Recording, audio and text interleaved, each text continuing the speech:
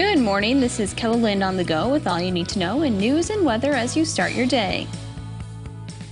Sioux Falls police are investigating an officer-involved shooting in the western part of the city. It happened just before 7 o'clock last night near the Empire Mall.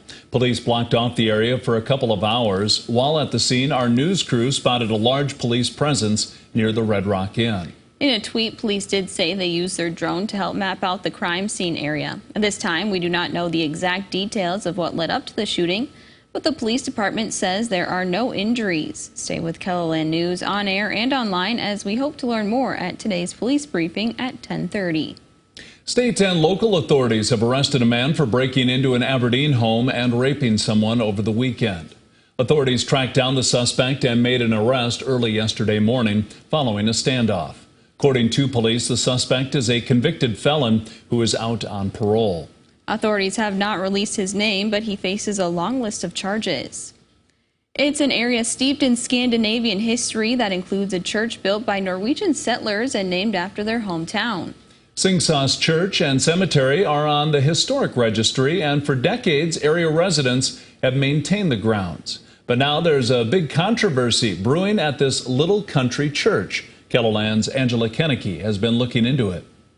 It's a situation that has pitted neighbor against neighbor and even family members against one another. At issue is a change to the church congregation. For decades, it was Singsås Lutheran Church. But now there's a new pastor, and the congregation is non-denominational. A separate nonprofit actually owns the church buildings and grounds, and the congregation rents it out. But some lifelong members of Singsås want the congregation to leave. A group of worshipers can worship anywhere. We can't move our relatives. We can't move our people that have been buried there for over 100 years. This is our place of worship. We are legally here. We defend it because we are legally here. The squabble has led to civil lawsuits and even armed security and guns inside the church at a recent Sunday meeting, which resulted in the sheriff being called to the scene. Coming up in tonight's KELOLAND News investigation, we sit down with people on both sides of this battle over Singsås and try to get to the truth about what's really going on. We have an update on a money laundering scheme that targeted several Sioux Falls banks. We first told you about the investigation in April. At that point, 3 men were accused of defrauding more than a dozen banks and laundering the money. This week, authorities made a 4th arrest. Kayvon Hamilton Hogan was booked into the Minnehaha County Jail late Sunday night and made his first federal court appearance yesterday. If found guilty of both crimes, the 4 men could each spend up to 50 years in federal prison. Turning to weather now, it's going to be a pretty hot day once again.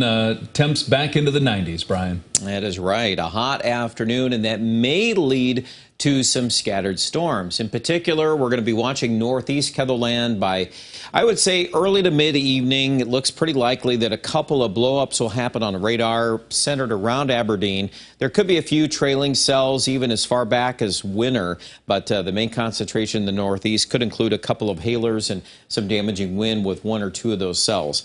Now, tomorrow we have actually a better chance of a little more severe weather around eastern South Dakota into western Minnesota. We'll talk details coming up in just a few minutes. Thank you, Brian. There was a huge line of vehicles waiting to get into Yellowstone National Park as it reopened on Wednesday. Park managers raised the gates at 3 entrances for the first time since June 13th. That day, 10,000 visitors were ordered out after rivers surged over their banks. Park officials say there's still no timeline for opening other routes that were damaged by the floods. The James River in northern South Dakota is at moderate flood level, according to the National Weather Service in Aberdeen. Due to the high water levels, nearby towns are under a flood warning. The water is over 17 feet high in Ashton and near Columbia and Stratford. Flood level begins at 13 feet. Happening today, Sioux Falls Mayor Paul Tenhaken will announce a new event to raise awareness about mental health. It's called the 437 Project. The event will promote physical and mental wellness and the connection between the two. It will also raise money for the Helpline Center. The announcement will be held at the downtown Sioux Falls Library at noon. History was made on the Rosebud Indian Reservation this week. Janet Yellen's visit was the first time a Treasury Secretary visited a tribal nation. Yellen made the visit to Rosebud to discuss how the American Rescue Plan money has helped the tribe's recovery from COVID-19 pandemic. Chief Lynn Malerba was also with Yellen on the trip. Malerba will become the first Native American to serve as the Treasurer of the United States. That means she'll also be the first Native American woman to have her name printed on U.S. currency. Digital reporter Eric Mayer breaks down Yellen's speech on the Rosebud Reservation in a KELOLAND.com original. Following the impeachment of the now former South Dakota Attorney General Jason Ravnsborg, 2 law enforcement agencies are speaking out. They talked with KELOLAND News about the process and how it unfolded and whether justice had been served. You can hear from Tim Wahlberg, president of the Sheriff's Association, and Mike Walsh with the Fraternal Order of Police in a KELOLAND.com original by Jacob Newton, online now. Today is the first day of the South Dakota Republican Party convention in Watertown. The gathering comes 2 days after the Senate wrapped up the impeachment trial of the former Attorney General Ravnsborg. During the convention, Republicans will decide who their candidates will be for several races, including Attorney General, Lieutenant Governor, State Treasurer, and Secretary of State. The gathering runs through Saturday. The T High School will be expanding its facilities to make more room for students. On Tuesday, voters in T approved a $39 million bond. The money will be used to build 25 new classrooms, a fine arts theater, an attached auxiliary gym, a weight room, and wrestling room. The yes vote was 86% of voters. The project is expected to be completed by 2024. If you like unique and sometimes creepy things, Harrisburg's newest museum is the place for you. Earlier this month, Jason and Abby Hack's dreams became a reality as they turned their oddities collection into a museum. Abby says it's a chance to show people some of the weird things that she enjoys. When they see about it, I like that people know that I'm weird. She was always around it since she was just knee-high. She always wanted to be help or in the way, one way possible or another. The collection consists of items from around the country, featuring everything from creepy dolls to a death whistle and even a unicorn. You also have the chance to see some living creatures. For more details on this museum, you can find this story right here on our website. And that's a look at some of our top stories. Now let's get one last look at your weather with meteorologist Brian Karstens. Brian? All right, weather it is. Looking ahead to tomorrow. Well, looks like severe weather back in the mix of things. We have a marginal risk in western South Dakota, slight risk across the majority of eastern KELOLAND where large hail and damaging winds could occur, with a cold front that's coming on into the picture.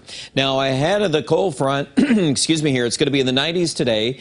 Now, today's forecast obviously has a couple of little twists and turns of its own, including a couple of these cells that develop late in the afternoon or early this evening. Again, winter and Pierre, that may be just a function of just the heat of the day, but then also Aberdeen, a little better shot at a couple storms here, and we'll see if those hold together and then migrate over towards Sisseton, maybe grazing Watertown here late this evening. Tomorrow, we hit the reset button. We're hot again in the east. We've got a southerly wind. There'll be plenty of humidity around, too, so I think this front will have all the ingredients to kick off some storms. And this radar picture by 5 or 6 in the evening looks pretty busy there, so make sure you are plugged in on the weather. As always, we'll be here in the Storm Center to cover any breaking weather. All right, 90-degree temperatures today out there, 91 in Rapid City.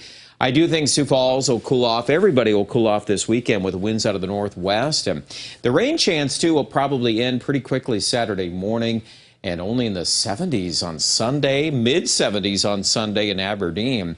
I do think next week we get some warming, but the jury's still out on day 6 and day 7. You know, just keep watching that. We're going to have some hot weather trying to move in. So we've already put some high numbers in for Pierre, but there's a cold front in Canada that still could deliver some cooling toward the end of the forecast. So we'll, of course, have more on that in the days ahead. Otherwise, for the weekend, I'd plan for cooler 70s in Rapid City, pretty likely. Check out the latest details with the forecast online at KELOLAND.com.